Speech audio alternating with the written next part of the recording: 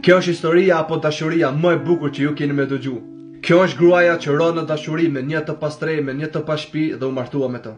Kjo gruaja quaj Amy Abrahamson dhe muj me thonë se ishte e pasur. Dhe një ditë ajo ishte duke shëtitur vetme në park. Dhe ajo ulët aty dhe në atë ditë ajo ka patur një takim dhe ajo e pret shokun e saj që të vi. Dhe dërsa kjo ishte ulur aty vjen një i pastrej. Dhe ky i pastrej quhet Vic Kocula, ky ul pranë saj. Dhe ata dy bisedonin aty dhe kjo gruaja e shita ato se ajo është i pastrej dhe nuk ka para, nuk ka asgjë në jetën e tij poshtë që të flej është. Pavarësisht se çfarë arum bonte ai i pastrej që i vinte era e keq dhe se çfarë tesha ka pas, kjo gruaja e thoshte se i ka pas sytë e bukur.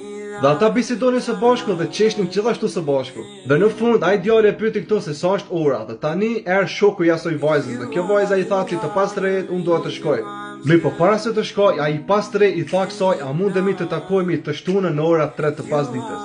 Dhe kjo gruaja me shokun e saj u shikoa në sy se pse po thot ky i pastrej mua ashtu. Mirë, po kjo nuk i kthej atij asnjë përgjigje dhe e lan me kaq.